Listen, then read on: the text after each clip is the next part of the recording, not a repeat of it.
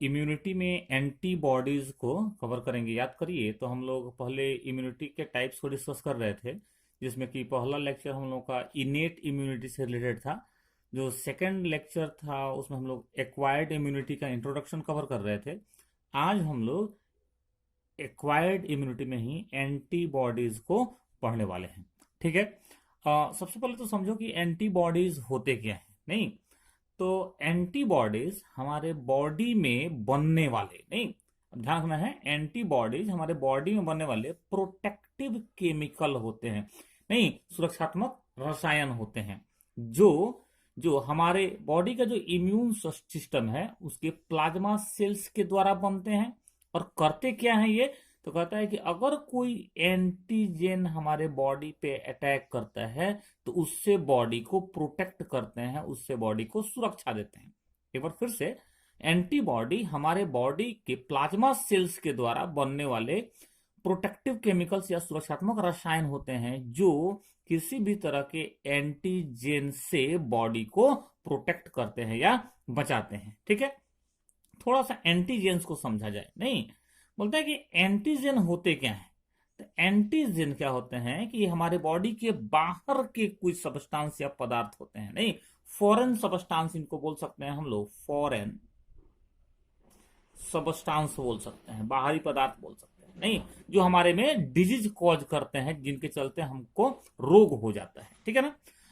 ये जो foreign substance हैं ये भी अब कई टाइप के हो सकते हैं। जैसे जैसे मान लो कोई वायरस है तो वो भी क्या हो जाएगा, एक एंटीजन हो सकता है। नहीं, बैक्टीरिया है वो एंटीजन हो सकता है। नहीं, या फिर कोई ऐसा हार्मफुल केमिकल है तो वो भी क्या हो सकता है, एंटीजन हो सकता है। ठीक है। एंटीजन के बारे में थोड़ा सा और जानो। एंटीजन का केमिकल नेचर अगर देखा जाए तो अधिकांश एंटीजन केमिकली प्रोटीन होते हैं। ठीक है बात। अधिकांश एंटीजन क्या होते हैं, प्रोटीन होते हैं। लेकिन कुछ एंटीजन लिपिड भी हो सकते हैं, कुछ कार्बोहाइड्रेट भी हो सकते हैं, नहीं, और कुछ तो डीएनए या आरएनए मतलब न्यूक्लिक एसिड भी हो सकते हैं। क्लियर हुआ ये। तो ये हम लोग जाने की एंटीबॉडीज क्या होते हैं और एंटीजन क्या होते हैं। ठीक है ना। अब देखना, हम लोग तो यहाँ पे बोल दिए हैं कि भाई जो एंटीजन है वो chemically protein, carbohydrate, nucleic acid या लिपिड में से कोई एक हो सकता है। लेकिन अगर हम लोग एंटीबॉडीज का केमिकल नेचर देखें तो सारे के सारे ऑल एंटीबॉडीज जो है वो केमिकली प्रोटीन होते हैं। क्लियर रखना है। ठीक है ना। सारे के सारे एंटीबॉडी क्या होते हैं, केमिकली प्रोटीन होते हैं। और प्रोटीन में भी किस टाइप के प्रोटीन होते हैं, तो आप बताएंगे कि ये ग्लाइको प्रोटीन होते हैं। ठीक हुआ ये बात। नहीं, ये जो एंटीबॉडीज हैं इन्हीं के लिए एक वर्ड हम लोग यूज करते हैं, इम्यूनोग्लोबुलिन्स। ये वर्ड आपको याद होना चाहिए, इम्यूनोग्लोबुलिन्स, या in short we can say, हम लोग बोल सकते हैं शॉर्ट में IgS, इम्यूनोग्लोबुलिन्स। ठीक है। तो ये तो हम लोग समझे कि भाई एंटीबॉडीज होते क्या हैं और एंटीजन होते क्या हैं। अब हम लोग को थोड़ा सा एंटीबॉडी का स्ट्रक्चर देखना है। तो क्या है कि स्ट्रक्चर हम लोग थोड़ा सा एनसीईआरटी से देख लेते हैं, और उसका डिटेलिंग जो है यहाँ पर हम लोग नोट्स में रखे हुए हैं। ठीक है ना। पहले एनसीईआरटी से समझते हैं और फिर नोट्स से उसका डिटेलिंग कर लेंगे। जरा देखो, ये जो आप लोगों के सामने एनसीईआरटी पे जो स्ट्रक्चर बना हुआ है, ये एंटीबॉडी के मॉलिक्यूल का, देखो यहाँ लिखा हुआ है एंटीबॉडी के मॉलिक्यूल का एक स्ट्रक्चर है। अब इस स्ट्रक्चर को जरा समझिए। हम लोग बोले हैं कि एंटीबॉडी ग्लाइकोप्रोटीन या प्रोटीन होते हैं। और आपको ध्यान देना है कि जो प्रोटीन का स्ट्रक्चर है वह एमिनो एसिड के चेन से बना होता है, जिसको हम लोग पॉलीपेप्टाइड चेन बोलते हैं। ठीक है ना, पॉलीपेप्टाइड चेन बोलते हैं। तो ये जो एंटीबॉडी होते हैं इनका मॉलिक्यूल 4 पॉलीपेप्टाइड चेन से बना होता है। ठीक है ना। अब ये देखो ध्यान से, तो ये पहला एक पॉलीपेप्टाइड चेन, ये दूसरा, ये तीसरा और ये चौथा। तो इस तरह से एक एंटीबॉडी में ये 4 पॉलीपेप्टाइड चेन प्रेजेंट है। अगर ध्यान से देखा जाए, जो 2 चेन हैं, जो बाहर वाले आउटसाइड वाले जो चेन हैं, ये थोड़े छोटे हैं, नहीं, ये लाइट हैं, हल्के हैं, इनको हम लोग लाइट चेन कहते भी हैं। क्लियर भाई। और अंदर वाले जो 2 चेन है, ध्यान से देखो, तो ये लंबे हैं, भारी हैं, इनको हम लोग हेवी चेन कहते हैं। क्लियर हो बात। तो एंटीबॉडी में टोटल 4 पॉलीपेप्टाइड चेन होते हैं, जिनमें से 2 चेन लाइट चेन और 2 चेन हेवी चेन होते हैं। इसके चलते ही एंटीबॉडी को H2L2 भी कहा जाता है। ये क्लियर हो गया।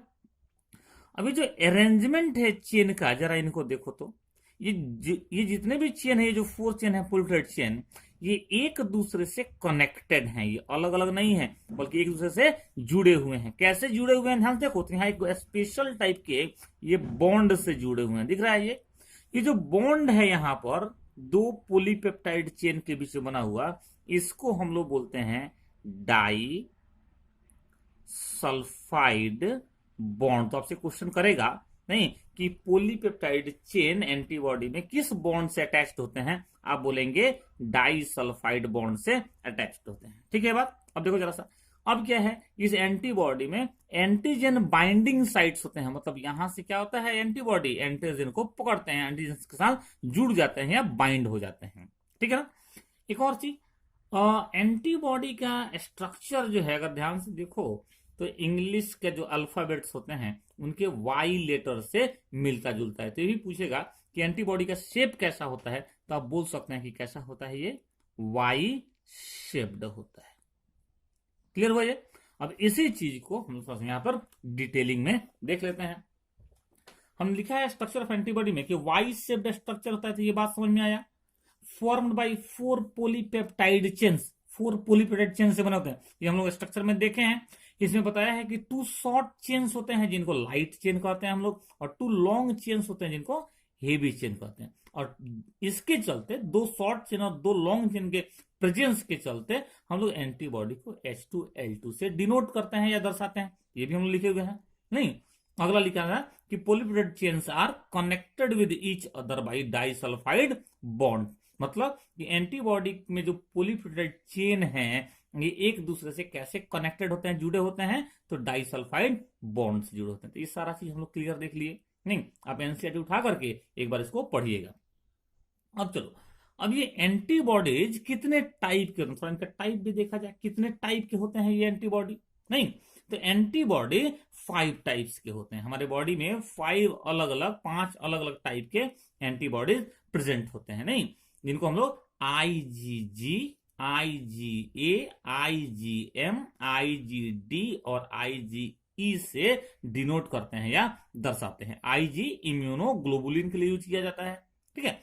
अब देखो जरा सा, अब सबसे थोड़ा थोड़ा हम लोगों को कुछ इंपॉर्टेंट पॉइंट याद रखना है, जो एग्जाम में पूछा जाता है। बहुत डिटेल में इसके हम लोगों को नहीं जाना है। जैसे IgG के बारे में आपको याद रखना है कि हमारे बॉडी में अगर पूछ दे कि सबसे ज्यादा हाईएस्ट नंबर किस एंटीबॉडी का है, तो बोलेंगे कि IgG का है।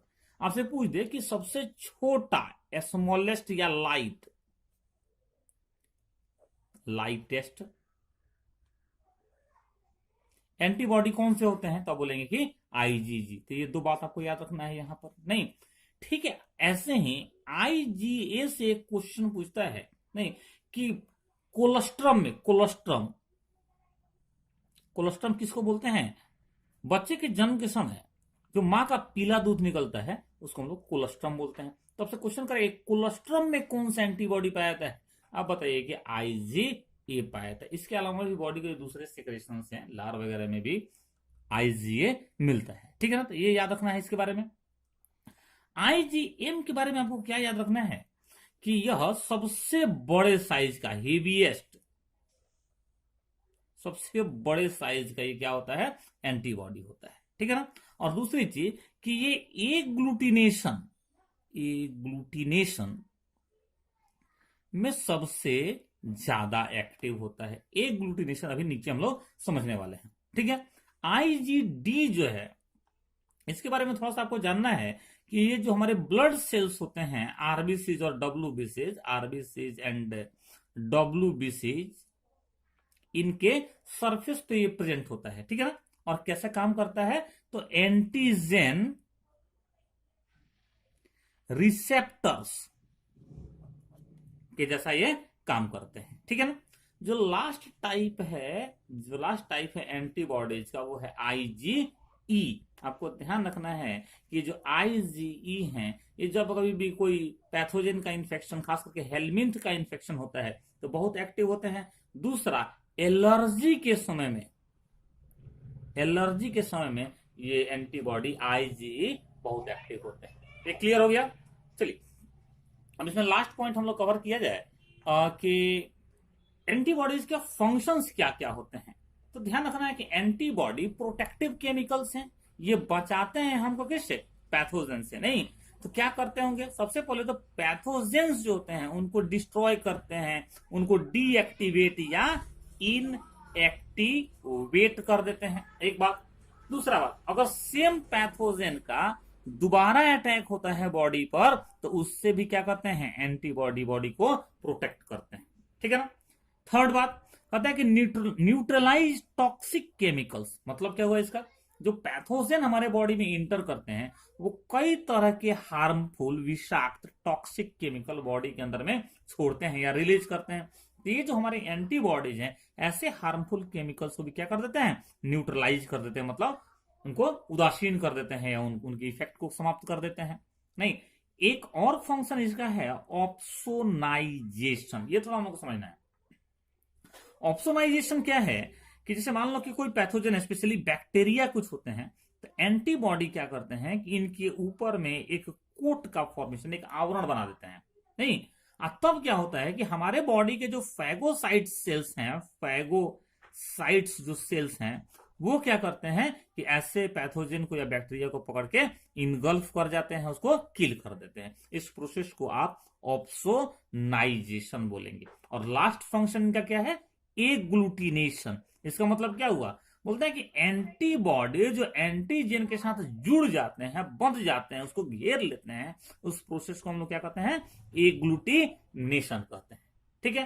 तो ये तो हम लोग का एंटीबॉडी से रिलेटेड इंफॉर्मेशन था, स्टडी था, इसको आप याद रखिएगा। नेक्स्ट क्लास में हम लोग एक बार से बी लिम्फोसाइट्स और टी लिम्फोसाइट का स्टडी करेंगे। Thank you.